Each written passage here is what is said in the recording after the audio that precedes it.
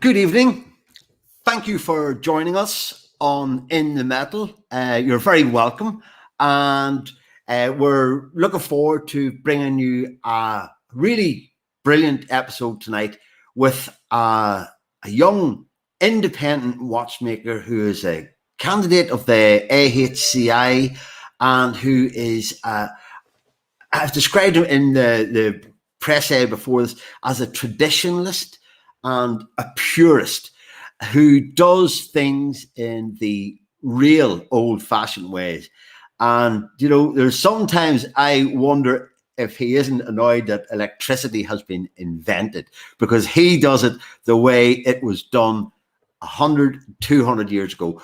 No fancy computers or CNC software to eliminate any errors before the lathe even touches the metal. This is absolutely old school. So without further ado, I am going to go across to Gun Barrel City in Texas and welcome Mr. Dan Spitz. How are you doing, my friend? What's up, Johnny? How you doing today over there? All good. We are getting our summer in installments, and today is one of those days that we didn't get a payment. So I could send you over some weather from here. It's like 102 Fahrenheit. You can keep that. I am quite happy here. Getting out in the rain. No, I'm sitting here just going like this because today's episode is this. It is this. It's a long time coming. Correct. An incredible representation of giving back to the watchmaking community. What a few of us has set out to do a long time ago, many years ago. Yeah. And, Cyril has, I guess I gave up the name, but you already knew that anyway. No, that's cool. Yeah. So Cyril has created masterpieces, masterpieces at such a young age. So it's showing everyone the possibilities of independence that are out there with the proper traditional training. And then after training, what can come about if you really engulf yourself in the history of watchmaking and and purvey that forward. And what he's done is insurmountable. And we're gonna dive deep into escapements and machinery and tooling. We have a translator for Cyril who up to this point has done very few interviews. I don't think any video interviews at all. He makes incredible mini movies for his social media, and it's just an all-around great guy and an incredible watchmaker and a blessing to the world. A blessing to the world. You're not exaggerating. Like when I started out, Dan, and I was explaining how Cyril, I wonder if he doesn't resent the invention of electricity, because he does think, in the way that the watchmakers of 100, 200, 300 years were doing. So there was no assistance, no digital or artificial assistance. And not that that's a bad thing in this day and age, because it enables so many more young watchmakers. But to do it this way is very, very rare. We're going to talk about how difficult it is to do that. And that is a lot of the reason, besides the history of pushing the history of forward and passing that torch on to others and keeping that alive, all those techniques that are being lost. Besides that, collectors who do purchase one of Cyril's watches, and others, there are a few others out there that work this way or similar, how hard this is, it's beyond your comprehension. It's way beyond your comprehension. Well, I'm not diminishing your comprehension. I'm just saying it's like idiocy. Like, why bother when there are other ways to do certain tasks? And the bother is because that's the way this person likes to work, and to do what I say, further not lose that, the past, those techniques, what we're taught with traditional watchmaking school. And the challenge, a lot of us like challenges, a daily challenge when we wake up, not make things easy, but make them perfect coming from our human hands. And as you said, not to say any other technique is different, because all of us even if we're trained in a traditional school, we come out where we manufacture as independents. You're going to find out our workshops might look similar here and there, but we all work individually the way we like to work. Absolutely. We embrace techniques the way we like to embrace them. But we're going to talk about SPEMT, our Libre Eccentric Escapement project that we gave to the world, and all kinds of cool stuff here. Yeah, absolutely. So what we will do, we will, without taking any more time, let's go. You mentioned the Libre Escapement, because this is a really, really old watchmaking innovation that Cyril has revived and added his own slant to it. You're working on something very similar yourself, and so there's a lot of there's a deep connection with what Cyril is doing and what you're doing. So let us anyway go across to Brittany in the northwest of France and say bonsoir tout le monde en Bretagne. Bienvenue in the metal, and it's fantastic to welcome you and to get finally get a chat with you, Cyril, and also to Pearl, who is assisting with any translations and will keep us all in line if we get a bit unruly. So that's what. Hey, Cyril. Good to see you, Cyril. It's nice to see you. Nice to see you too, yeah.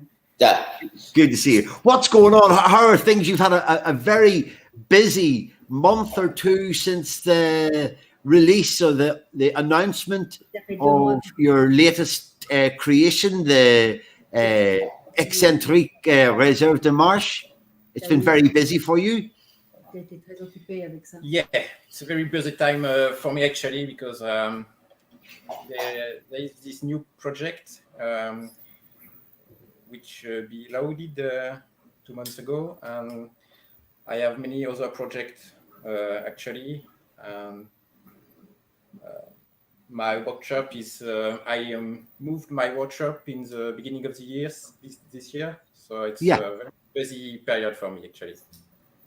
So last year you were in the south of France, yes, the southeast. Yeah.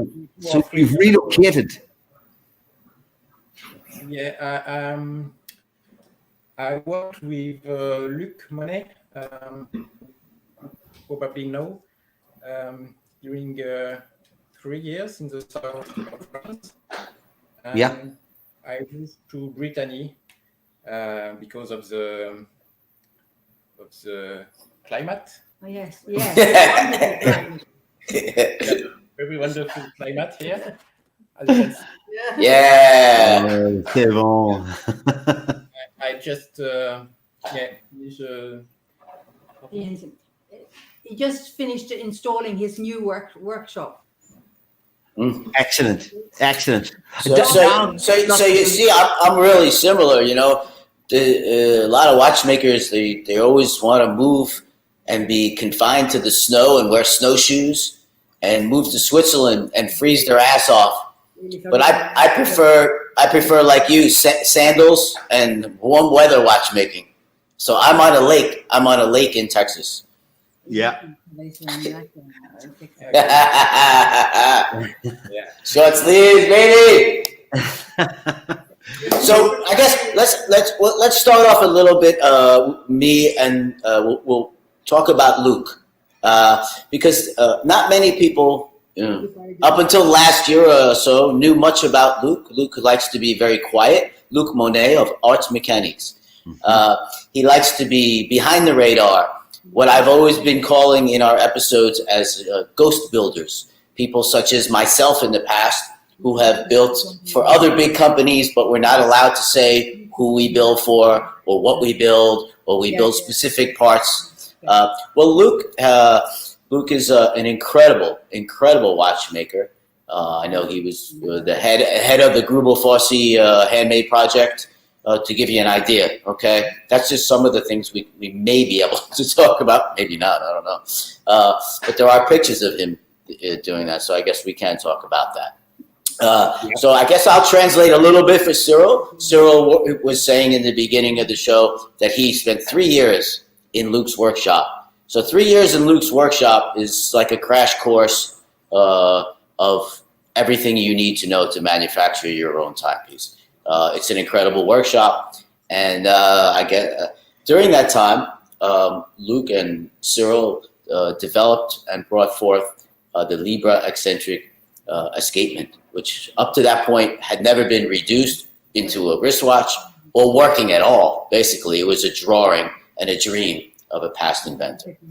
And I'm using that in a version of that in my escapement. The reason we can use this is we want to give back to watchmaking, because the escapement and the escape wheel is so hard to produce or impossible to produce in-house. Yeah. This is an open source project that Cyril and Luke and I'm helping myself to give back a project called Spent. And you can obtain the CAD drawings, but first you have to present to us who you are and so forth and that, how you're going to use it, and build upon that. So it's an escapement that can be made in-house. As you could see, Cyril has done that. It's oil free, so no oil is needed. So anyway, I'm just presenting some words for Cyril a little bit to let people know that we're here to give back to the watchmaking community. That's what In the Metal is, and that's Cyril's outlook as well as myself's and Luke's. So if you want to expand on that, Cyril, in any way, talk about giving back to the watchmaking community. Even though you're a young watchmaker, you already see that we have to pass on these traditions. There's a thing here, though, that connects the three, Luke, Monet, who we're talking about, yourself, Dan, and Cyril. There is this collective, open source approach to the development of this centuries-old eccentric escapement, which is really at the heart of your pieces so far, Cyril. So the first eccentric, and now the eccentricity, and the second eccentricity reserved to Marsh. At the heart of both of those is what we are calling the Libra escapement, yeah? And I will start by putting up a diagram, which I, fingers crossed, is the right thing. Yes, it is. Excellent. And can you explain this to, or describe what you're doing, or why you chose to do it this way, Cyril? Yes. Okay. At the beginning, the project was to make a watch with Luke from zero, and to make all by hand, so including the gears, the screws, the escapement, the balance, the key. And we didn't want to make a classical watch with leather escapement, and we thought because we made all by hand, we can try some new things, and we used this escapement and we wanted to try it. We make a big scale version. They did a Prototype. They did it on a larger scale, to understand it correctly. Yes. We worked on it, and we found it's a very good one because there is a direct impulse to the balance. I can explain all the advantage of the escapement, but there are many. So we decided to put it in your project of watch. It's a global project at the beginning, and I again the intellectual property, because I think it stops all the creativity of the watchmakers. If it's a good idea. It's not a complete invention, this escapement. It was an old one from the 19th century. So we just improve it. And if people like you, Dan, want to improve our version, it's very great. We don't want to make patents. Yeah, they don't want to do a patent on it. They want other people to be able to use it too. Yeah. Yes, because which is the open source. It's the best way to improve it. Exactly. Yeah. Dan, what's your opinion of the Libre escapement then? So this is something that you have a love for as well, yeah? Well, given my experience of bench work, been doing this since I'm 8 years old, and I've seen quite a few timepieces, both butchered and new and used, and worked with, companies in development. There's a reason that I embraced it. And it's not just because it's patent free, because, there's plenty other escapements that are patent free. I mean, Roger's escapement is now patent free. So I don't think people realize that they can be using that too. It's an incredible escapement, and the reason we're embracing it is the difficulty to create a lever escapement as an independent watchmaker. And we've spoken about this before in many other episodes, that when you're buying an independence timepiece nowadays, they might tell you that they're producing most or all of the parts, but we can 100% guarantee you just about that they're not making their escape wheels. It's very difficult to make a lever escapement escape wheel in-house. This escapement puts in the independent watchmaker's hand the ability to make his own escapement in full in-house, and it's a direct impulse escapement, no oil.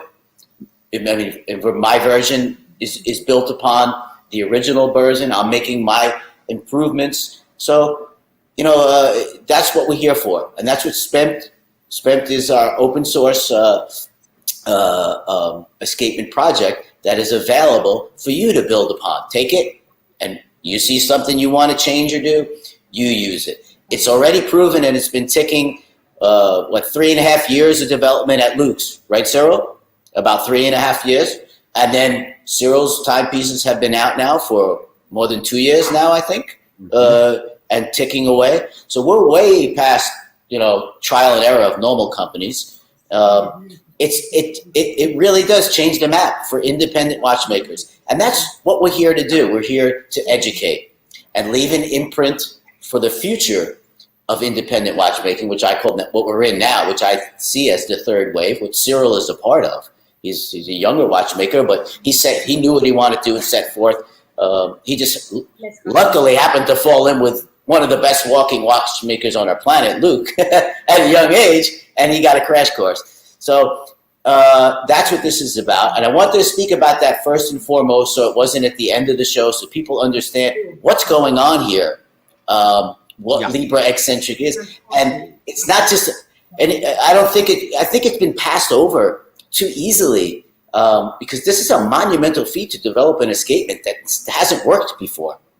And it's already in Cyril's timepiece ticking. It's in my timepiece ticking. It will be shown later on. And we hope many others to come. This is a monumental feat. Escapements are a complication. And it is incredibly mathematical to the point where you'll get brain damage. especially from a heavy metal dude who cut math class, all the time. Now, it's incredible. And it should be showcased on the front. Cyril's is showcased on his timepiece. And he's already in the second iteration. He has his reserve To Marsh now, which will probably win all kinds of awards, right? And it's just, people have to understand what this is. And that's the reason I'm using it. It's not just to share the love, because it kicks ass. It really does. Well, we take a look at the Eccentricity Reserve De Marsh. This is Cyril Brivet-Naudot's latest piece, which has been unveiled there just a couple of months ago. And it is the Eccentricity Reserve De Marsh. And this is a watch that really, there's no comparison really, Dan. It is You see that everything, the balance, etc., is all dial side.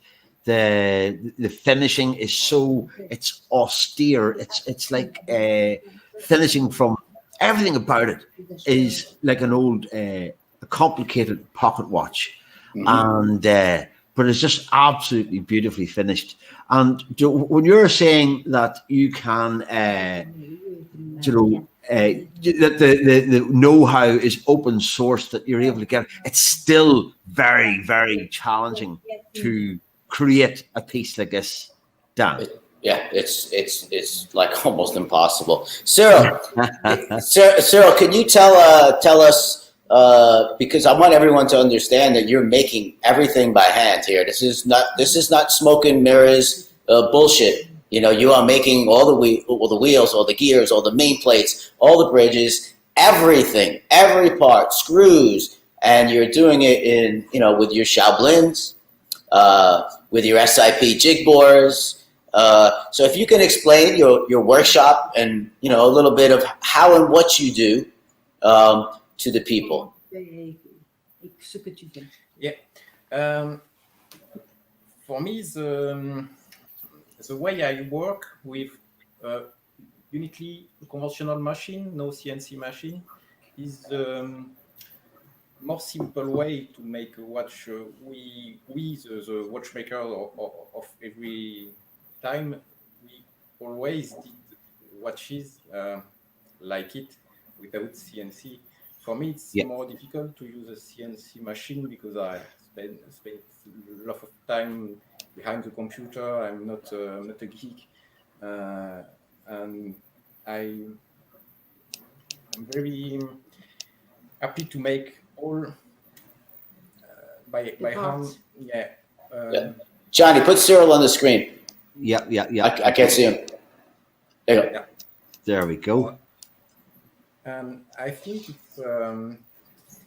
it's a way to save the, like you said, Dan, the heritage. It's the way to keep the knowledge alive. Yeah. He does it from scratch, and he doesn't use computers and whatever. I don't want to be a museum of watchmaker, but I do it. I don't use CNC machine because I don't like it. It's not only to keep the how now, etc. But I think it's the best way to make a watch. You spend time with all parts. You don't know all parts individually, but almost, yes.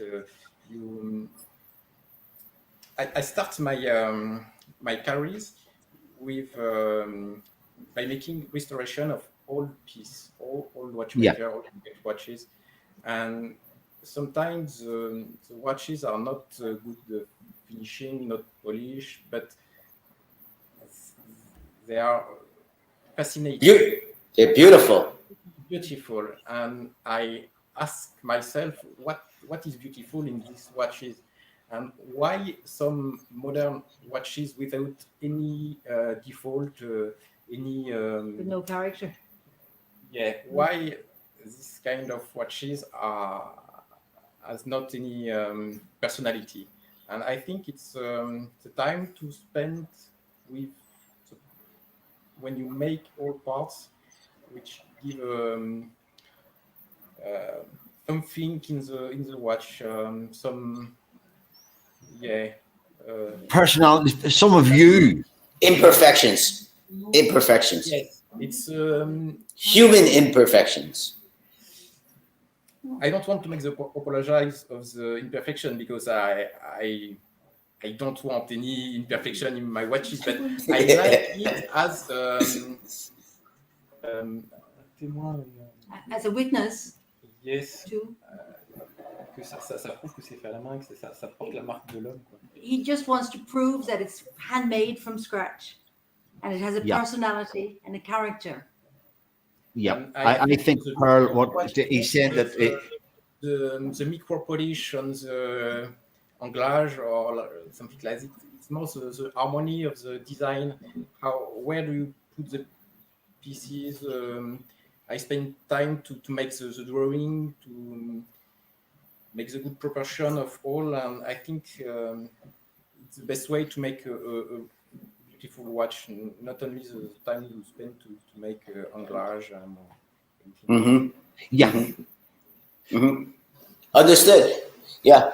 So it's because, you know, as I said at the beginning of this show, what's wonderful about watchmaking is when you come out of schools, traditional schools in Switzerland, you sometimes don't know where you'll end up or what you will love or what your passion really is until you fall into maybe a Luc Monet or your apprenticeships, wherever they may be. And it's such a broad field because you could end up loving finishing, the anglage, the rhodium plating, and making things shiny and perfect and striving to be, you know, you want the Côtes de Genève. And maybe that's you. Maybe the other side is you're very traditional and you fall into want to make everything with your hands from beginning to end, the challenge and the beauty of that and the history of that pushed forward. There's just a vast way of doing this. There's no right, there's no wrong path, and that's the wonderful thing of independent watchmaking. That's what gives the collectors also viable avenues. They one time of their purchase, one purchase might be from this gentleman because of the way he works, and another 3 months later he might want another timepiece. And it's because of the way that gentleman works or what his timepiece represents in his life. And I think that's wonderful. I think that's totally wonderful. Yeah.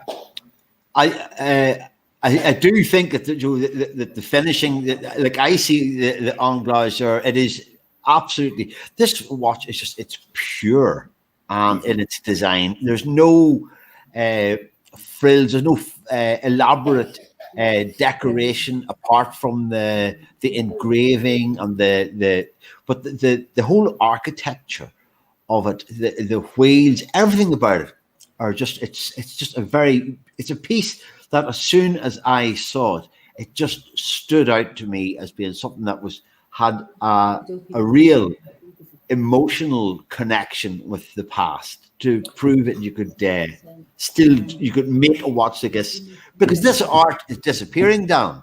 Yes, it's very hard. That's what we're about on In the Metal, is that we can show collectors so that they'll have a greater understanding of the pain and the love that someone like Cyril goes through, someone such as myself, and many of our friends that have never spoken out before like this, that you can understand this is not for you to say, I like this or I don't like this or whatever. It's for you to understand the deepness that we have as watchmakers for watchmaking and passing that torch. Like Cyril, right? So let's talk about the Reserve Dimash complication, because as a watchmaker, there's many other ways to do a Reserve Dimash. As a collector, you've probably seen them in many watches, right?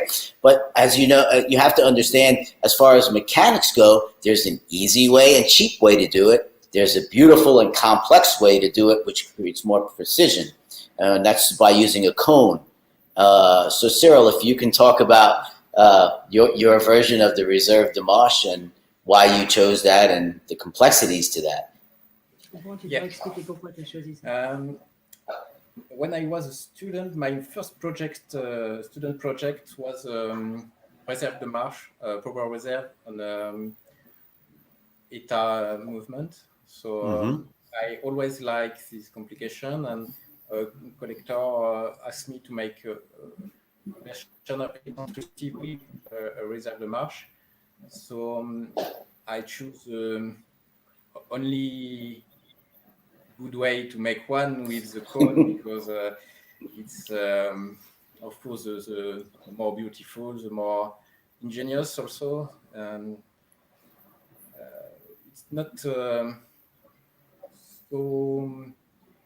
complex way. You have two gear which together cone. One up and down, and there is a pulper or a lever who is you see the cone here, and the two wheel for the two trend gears. Yeah. And then just arms to show the power reserve. It's very nice complication. I like it. It's chronometric complication because you can wind your watch before it stops. So you don't forget the hour. You can make the watch continues working. Yes. And it was a great pleasure to I was really happy when I had this demand. That's great. It also it negates the people should understand once you have a reserve de marche, it shows you it's your fuel gauge. So there's no reason you need an automatic watch. As watchmakers, most of us have seen most of the problems in a timepiece. It comes from the automatic. It's just constantly wearing and grinding against the gears, are grinding against each other. The clutch is all. It takes a lot. It takes a lot of pieces. So by removing that, the beauty of the watch can be seen. Number one, and number two, by adding a reserve de marche, you'll know when to wind it if you don't wind it every day. Being that we have mainsprings that can last longer than a day now. And as you can see in Cyril's work is impeccable. You have to keep thinking to yourself that this is done on old vintage Chaublins and jig bores and mainly by hand. All by hand through manual machines. And no bullshit here. So no bullshit. No bullshit, because there's plenty of bullshit out there, people. So every gear is handmade. Every pinion is handmade. Everything. I have been working with images all day here, Dan, and to think that every component of the eccentricity, the first version, and now the eccentricity reserve de marche, are all manufactured by hand, and what really. Wait! I don't mean to interject for too long, but let's also give Cyril credit, and people should know it's not outsourced. Cyril's a one-man show like me. Okay, so it's made by hand by one man. Yeah, the pinions, the screws that are.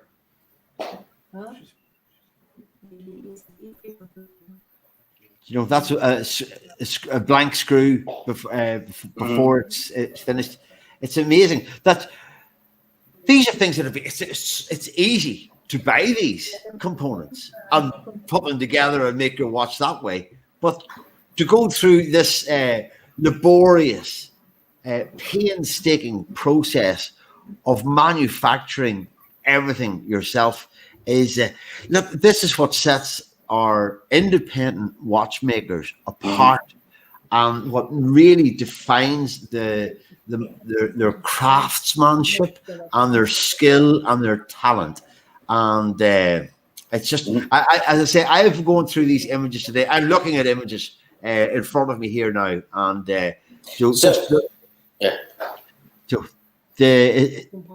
how to make a Libre eccentric palette right there. That's done on a manual jig bore, people. Just so you know, it's controlled by hand. And it's extraordinary.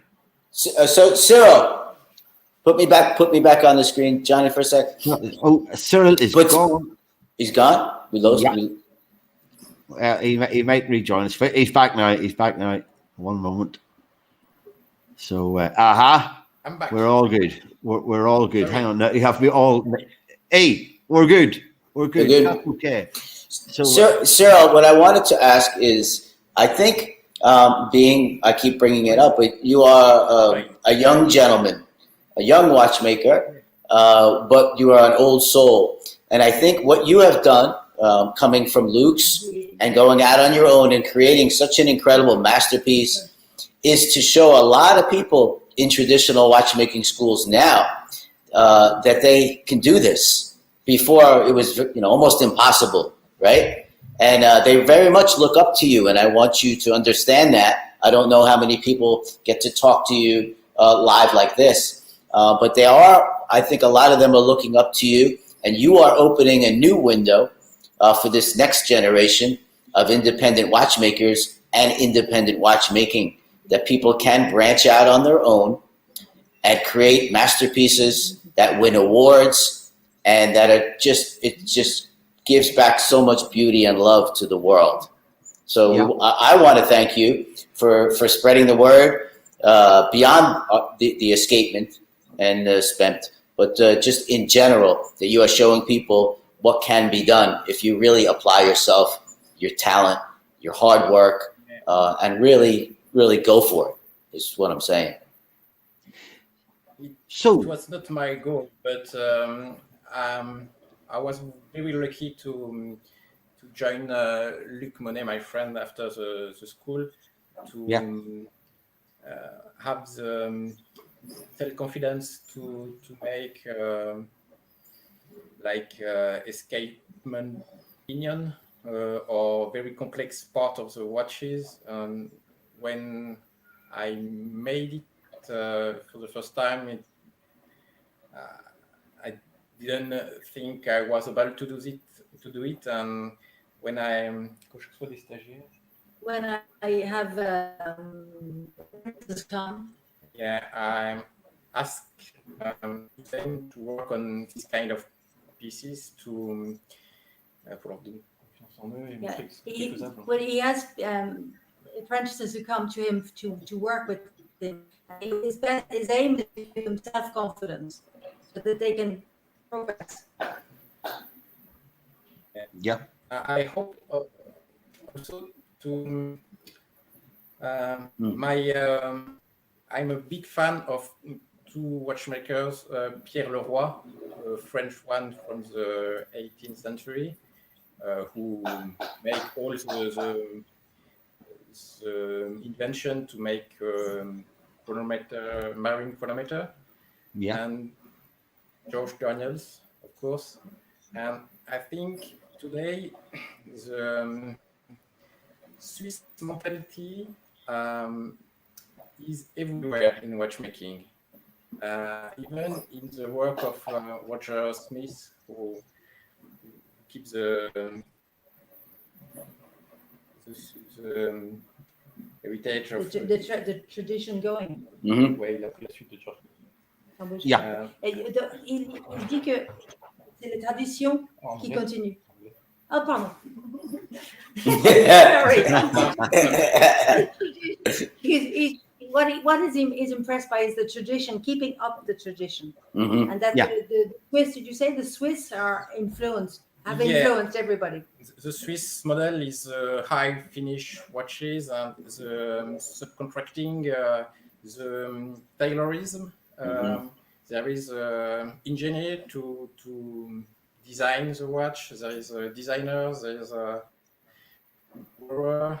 There is a micro mechanician who make with CNC the parts, and the watchmaker in Switzerland often just assemble all Put the it all parts. together. Put all together, and it's not our job to make all the parts together. We have to create. I think we can, and I hope I show this.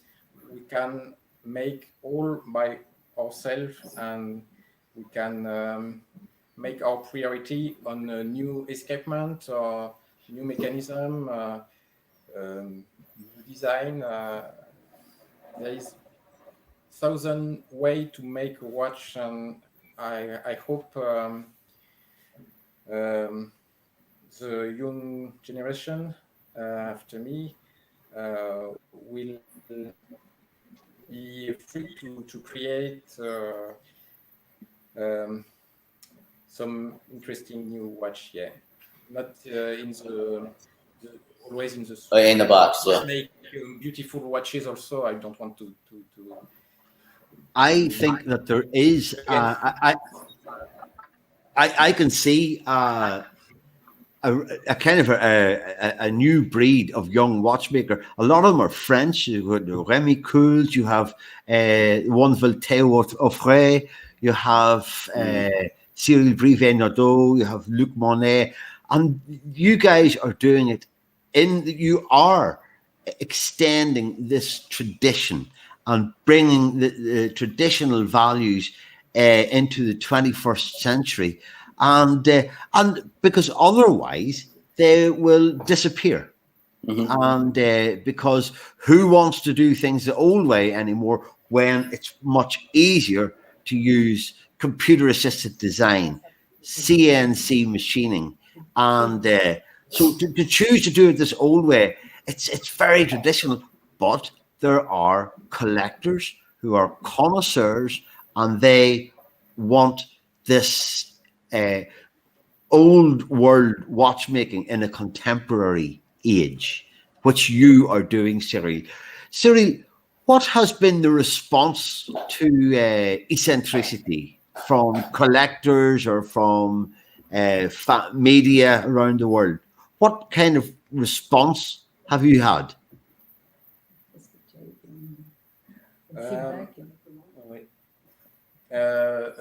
Very good. Yeah, people like I think the way I work, and the old school design. I love. When you see the eccentricities, I love the beginning of the 19th century period of watchmaking. Yeah. My watches is liked by a lot of collector people who like all the watch, pocket watch, and something like that. My clients are collector of this kind of. That's what matters. Yeah, or minimalist watches also. I want to make. I don't. He doesn't want to hide. Yeah, I don't hide anything with a dial, but for example, in the main plate, I don't make the hole on the two sides through the main plate. I stop the holes just before through the plate to make simple aspects. I want to make some. You want to make something pure and clear. Yeah. And I have comments on this aspect of my watch. Yeah. People tend to appreciate that, and they tell him that that's a good way to do it. Does it look simple and pure, but it's very complex to do. Mm-hmm. That's beautiful. It's not make something pure. That's your art, which is beautiful, and it applies the same when in music. Don't let other people influence you that you don't want to be influenced by. Don't listen to other people. Walk your own path and do things your way. And the people who will appreciate you, they will appreciate you. You're not here to be appreciated by 99.2% of the population. It's maybe 0.8%. There's still of 8 billion people. There's still a lot of people.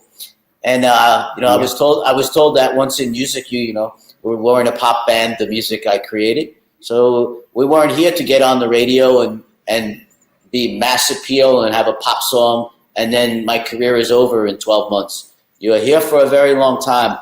Better to do what you love to do, especially when it's micromechanical art. And that's where we are now, right? We all know we really don't need time on our wrists like our grandparents did. That was a necessity. Right now we can create micromechanical art. And you've done that, and you'll continue to do that for a long time. And on top of that, you're creating all kinds of cool machines to create your art. I think that's a very big part of modern independent watchmaking, because we can obtain our Shablin 70s now, right? When I was younger, it was unobtainable. It was too expensive. Yeah. Or for you, you have made an impact with modifying your SIP jig borer, right? Out of necessity, huh? Right? Maybe you could tell that story to people. Why did you choose the SIP jig borer and not to maybe go and find a Hauser M1 or like me, a larger SIP? Or why did you choose this machine? Because it seems a lot of people are starting to follow you now. It's a wonderful machine, of course. It's maybe more precise than the other M1. At the beginning, it's the opportunity. I was looking precise milling machine. I don't know the name exact, but I can both this one. I say okay. There was a little rust on it, but very little. And all this assembly. He took it all down and cleaned it all up. Yeah, and I understood the quality of the machine. At the beginning, it's a machine you can't drill with it. It's only for the control, for the check of the part. So there is no quill. I've made one, and the movement of the axis are with gear, not screw like on other one. So it's very strong machine, and it's difficult to very technical term. C'est une machine qui a été conçue, qui est très très robuste. It's a very strong machine, and it's very precise. It's very strong and precise. And very small.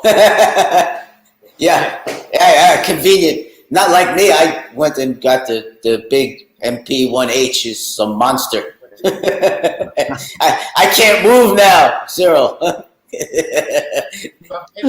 Yeah, it's too big. Yeah, so that's Also, so people understand what we're talking about. A jig borer to a watchmaker is the world's most accurate drill press, I guess you could call it. When we have to drill one hole and then another hole, they have to be within a few microns of that distance. But again, they have to be repeatable. If I need to make 4 parts, I need to go that distance. Put the next piece on, do the same distance, and the machine has to be that accurate. And they're very hard to come by, to find one. The certain brands that we used to use and be it small. So Cyril found a new way to do it, a substitute, let's call it, and take a measuring device from SIP and adapt it to being a jig borer. And so he's opened up a new door to other young watchmakers to be able to find these machines and have one of these in our workshop. When we can't find other brands at a price point that's not, the price of a Mercedes. Yeah. Anyway, let's move on from here, Cyril, and let's talk about. Are you solely working on producing the new timepieces? What's coming across your bench? Do you still do a few restorations a year? Are you working on already in your head the next complication? I don't have time to make restoration, and I'm worried about it because I love work on all pieces. But creation is very time consuming. Time consuming, yeah. But so I work on many projects actually on a level with a good faith, and I have an order to execute with a new complication, which I finish this year. Will push it at the end of the year maybe, and I want to. I love the escapement, and I want to try new one. Don't know exactly which one.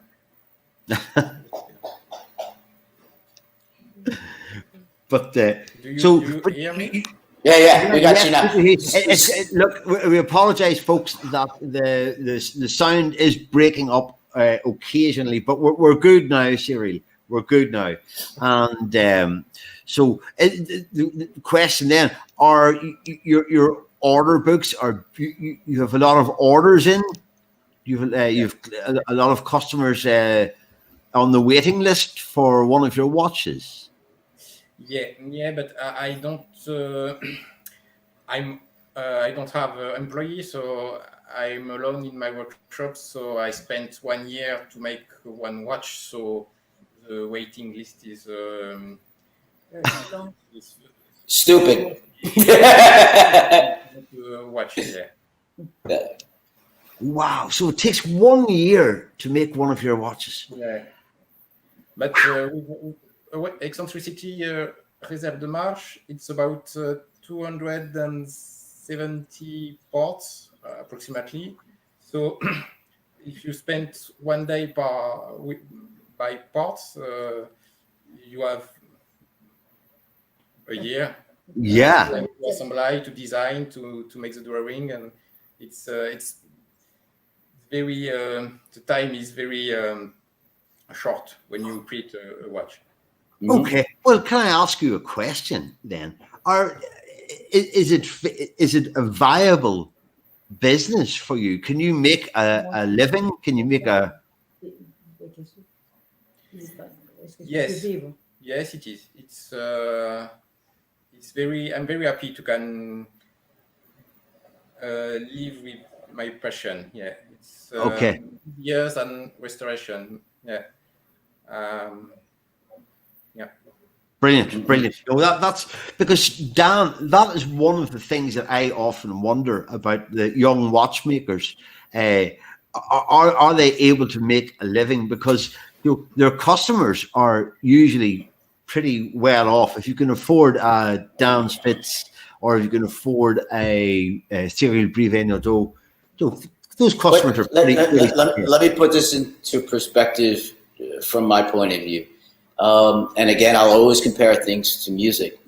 And it's an old saying, when your job is something you love, it's not a job. So if you don't want to be a mass producer and just sit there and outsource the parts and make 25 or 50 watches a year and have other people working for you, isn't it a pleasure to be able to make maybe 1, maybe 2, maybe 3 timepieces a year? And they're your masterpieces, and they still pay all your bills, and usually making a way better salary than most people make anywhere else. And you're doing what you love and giving back to the world. No compromises. You're doing what you love, and that's what Cyril is doing, and that's what he's expressing. Man, because I tell you what, you could have money, but happiness you cannot buy. What I'm trying to put into perspective is these timepieces are not inexpensive. So making 1, possibly 2 a year is still a shitload of money to most people, because everyone starts getting greedy in watchmaking, and that usually ruins the business later on. And you hear all these stories from older watchmakers who have built a big brand and then sold their big brand, and then the suit and tie guys move in. The story I always tell pretty much every week, right, Johnny? And then you find them when they're 70 or 80 years old, they've lost everything, and they're back at the same position that I am sitting here in my home with all the machines, or with Cyril sitting there with all of his machines, and they're making 1, 2, 3, 4, 5 a year. That's it. And they're happy as shit. Yeah. Right? After all that, they come full circle. So why not just start at that circle young and just stay there? Yeah. And it removes a lot of the pressure. You're working for yourself, and you can only do so much. So that's the difficulties are, right, Cyril, is acquiring the machines. They're extremely expensive. I know even the collectors look at what we have, and sometimes they say, oh man, those are some old looking machines. Yeah, they're old, but they're extremely expensive, and we have to restore each and every one of them. We usually cannot buy one that's fully restored already, because then you have to pay the restorer an exuberant amounts of money, because that might be 3, 4, 5 months of his life to restore that one machine. Mm-hmm. So every machine has our blood in it, and every watch has our blood in it. So that's really what the goal is. If you're a young watchmaker in school and you're watching this, look at Cyril's workshop behind him. You know, he loves his SIP. Yeah. I mean, I have my stuff here. Yeah. I mean, it's what makes us and defines us, you know. Oh, beautiful watchmaking bench. I like that. Let me see that. Yeah, nice bench. Yeah. Yeah. You can take us on a tour if you like. Yeah. Okay. This is all good. Yeah. The SIP one. Yep. Yeah. My bench. What? Yep. And And books.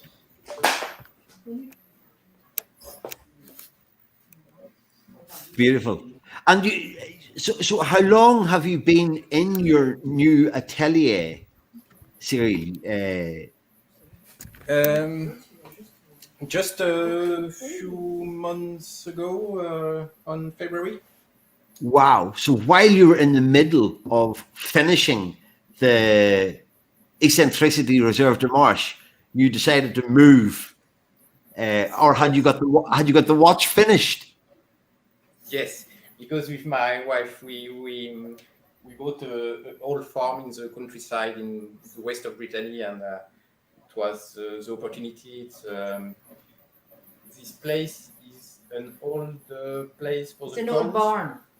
Wonderful. Barn. Right. So it's wonderful to work in the same place you live. You just have to cross the yard.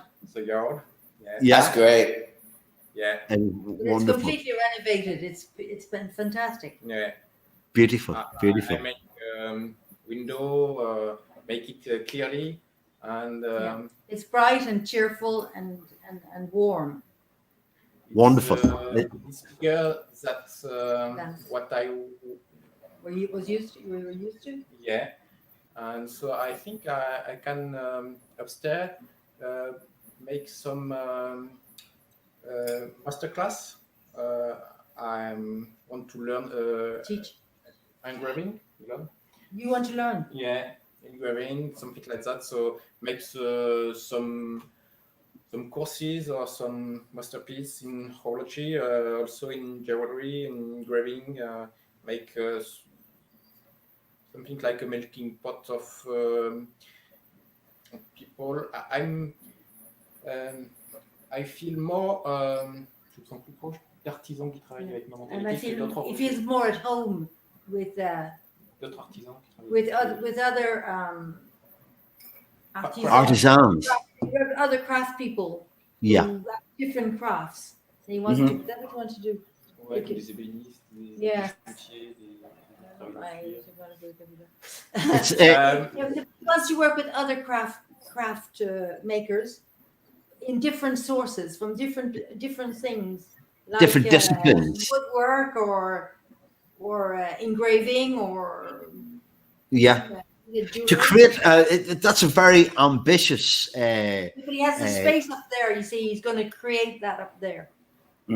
Excellent. That's great. See, so, we never sit still, do we? Right?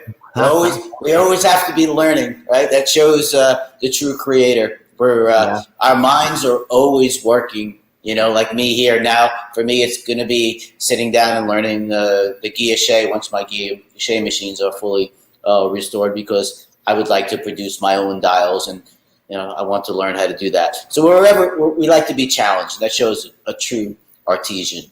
And we get along with other artisans because we're weird. We're different. We're different, You're not gonna. Cyril's not weird.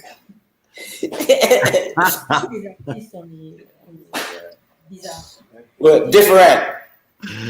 So, but weird in a good way.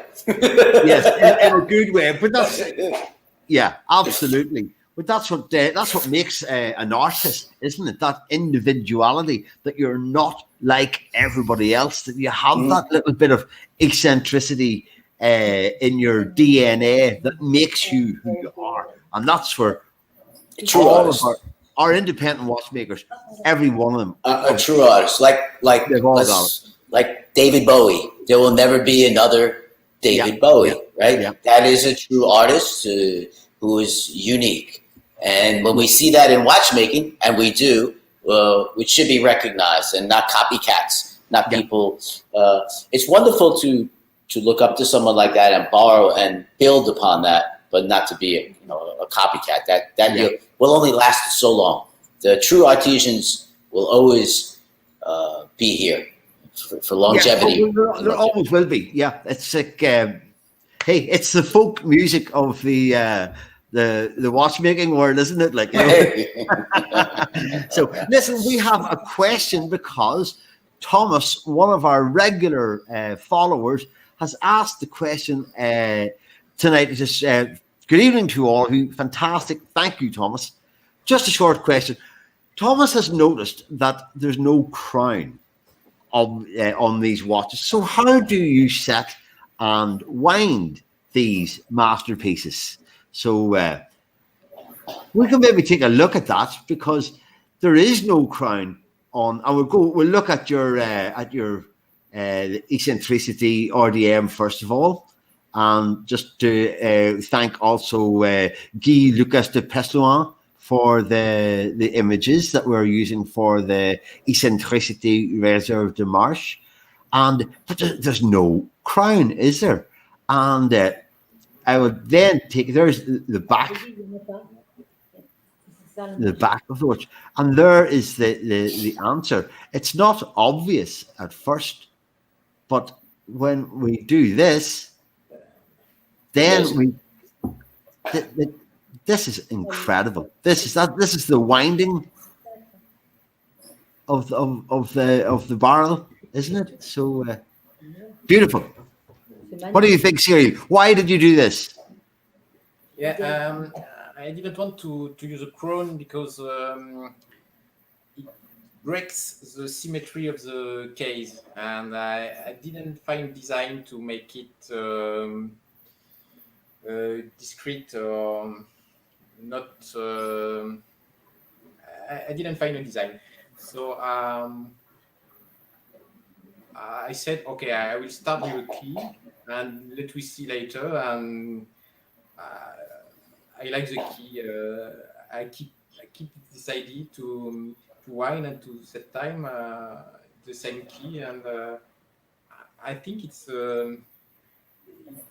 makes the act to wind and to set special.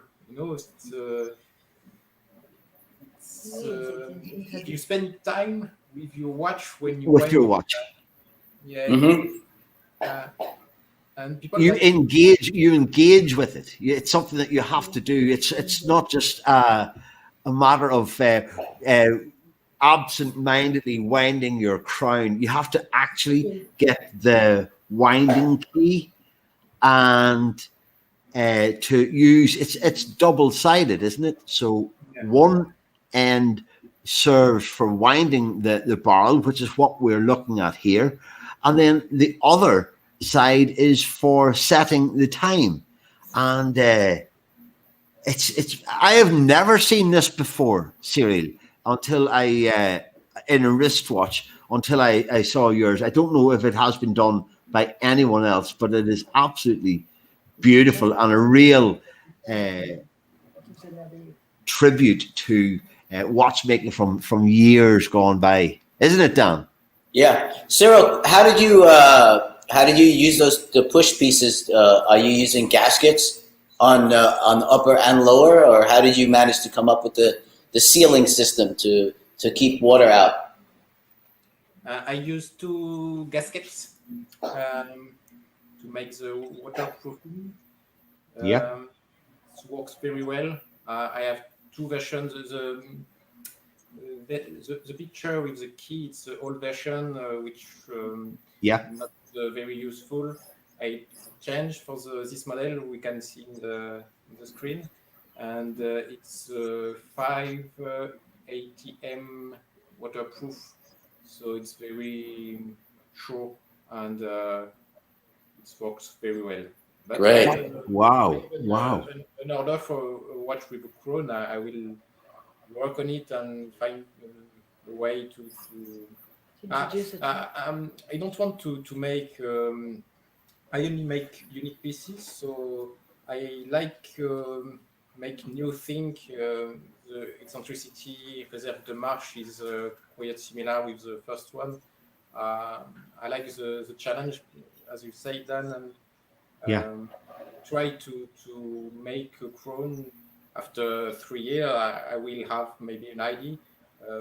When I make the prototype of the eccentricity, I make quite all the parts, and I didn't know how I will make the balance bridge because I need more time. I don't find the good shape which I like, so I wait. It's I think it's the artistic part of the way I make watchmaking. I wait, and when I'm ready, the idea come, and I take it and put it in the watch. So it's maybe the next model will have a crown. I don't know, but You know what Cyril, what you're explaining is, imagine music, right? When you have to create and make a new song or a whole album, right? Is the end of an Anthrax tour, and now we all have to be locked in a room and make 15 more songs to go on tour again for the next 3 years, way back, or anybody else. You can't force greatness. You can't force a good song. You may all get in the room, but for 3 weeks, we're just going to eat lunch and look at each other. But then one day you show up, poof, is the beginning, is something, right? Is an idea, and that starts the artistic mind, the true artesian mind, of creating a song, or in your case, creating the next part. It's not about. I always say it's not about the suit and tie guys in a room and going, I'm on August 31st. I want this done. This is going to be done, guys. And we're going to create this. And that's manufactured pieces. Independent watchmaking is exactly what Cyril is explaining. It's our work. It's his work. If you're a collector and you're watching this and you love Cyril's timepiece, it's what he's telling you now is his story. It's not just the timepiece. You can look at your balance bridge later on and know it wasn't created until it was supposed to be created, and created by him. The curves, the shape. He's not going to do a crown on a watch until it hits him that's his crown. It's not just a crown. It's a crown done the Cyril way. And that's the beauty. That's the true beauty of independent watchmaking. I love it. Cyril, let me talk just for a minute about your business model, because a lot of young watchmakers, again, they love to know how to get the businesses going. So you're producing, let's say, one watch a year, right?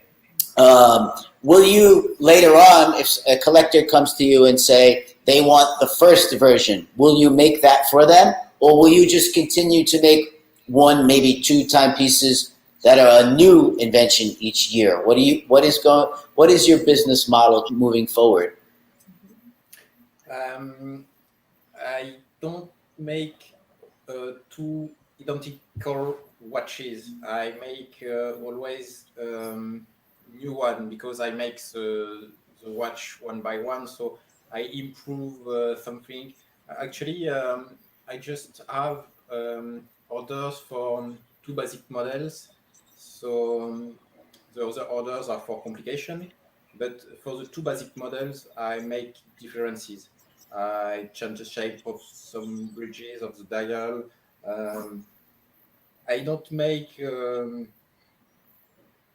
similar models. Yeah. Repeat models. I don't repeat, but well, if Yeah. the collector wants the basic model, I make something quite similar, of course. Yeah. Yeah, but every piece is a pièce unique. Mm-hmm. Yeah, it's important for me because you can't be creative if you make the same thing if you repeat. Yeah. Mm-hmm. Now you're a machine. You're a human machine. I am very fortunately because I make the first one, the prototype. For me, it's watch. It's all the projects I had when I was a student to make my own watch by hand with making all the parts. But the Vincent Calabrese from the AHCI invite me to join us, and then people contact me, and it's a new universe open for me. Yeah. Quite strange from the Amazing. quiet universe of the restoration of old pocket watches, but I was very fortunately, and I want to be happy with my job. So some people tell me if you want to earn money, it's the second. When you make one watch, you don't earn money. The second watch is identical. Start to make you earn money. Mm-hmm. So I choose to make only first piece, only prototype, and don't earn a lot of money. I prefer create each time new watch because it makes me happy, and I want to be happy more than rich. It's important, I think, when you are independent watchmaker to. I'm an independent writer, let me tell you. So, Yeah. Rich, it's quite easy. I can subcontracting. I can produce a limited edition of 10 parts. I can have employee. It's many ways to earn money, but I want to keep my freedom and yeah, Mm-hmm. and your identity. Longevity is the key. Remember, Cyril, you're still young. It's easy to go make 25 watches and go to Switzerland and get the parts made and be an assembler. But how long will that last till the fizzle goes away, right?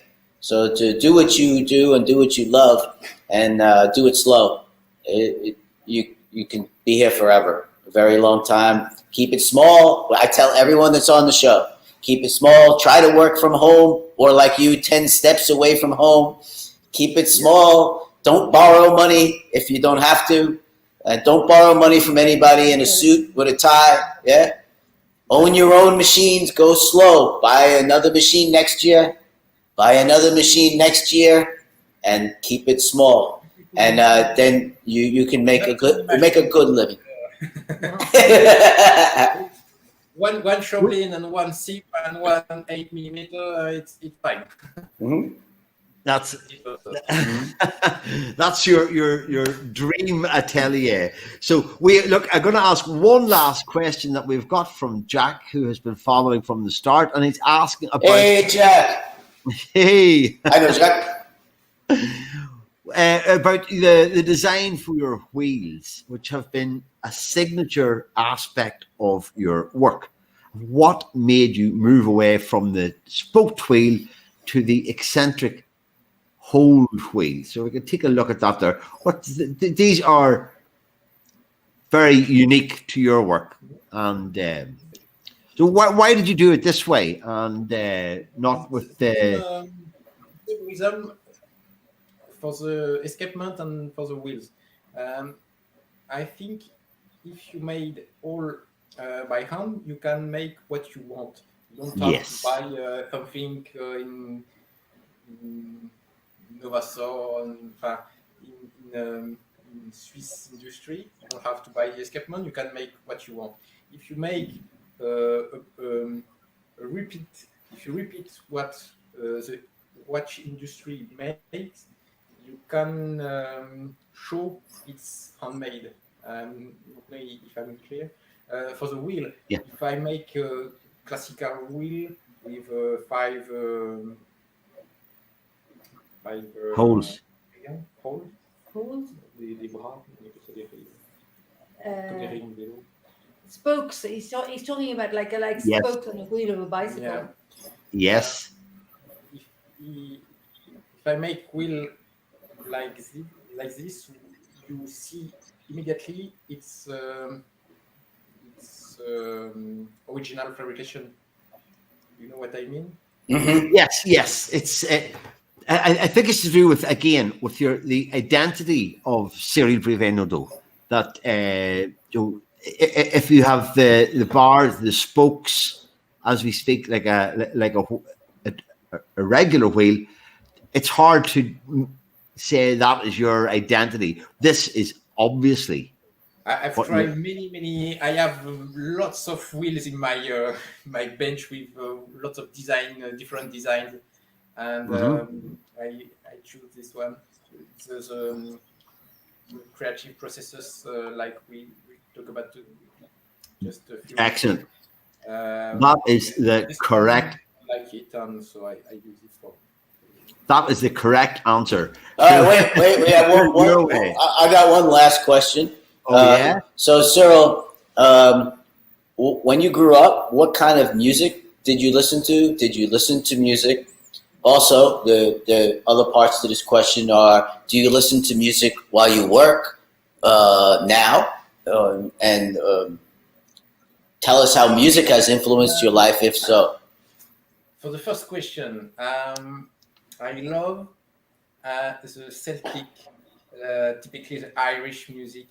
I love it. And in Brittany, I'm very happy because we find it everywhere in some pub. Yeah. And at work, I don't listen to music. I like to work in silence. Yeah. But we are in the countryside, so there are always many birds or something like that. It's enough for me. I don't have to have too many things in my brain at the same time. It's very after one day of working at the bench, so c'est fatigant. It's very tiring. He spends the whole day working on his bench. He's exhausted. Yeah. So he needs silence. So then he goes to the Irish pub. Yeah. Yeah.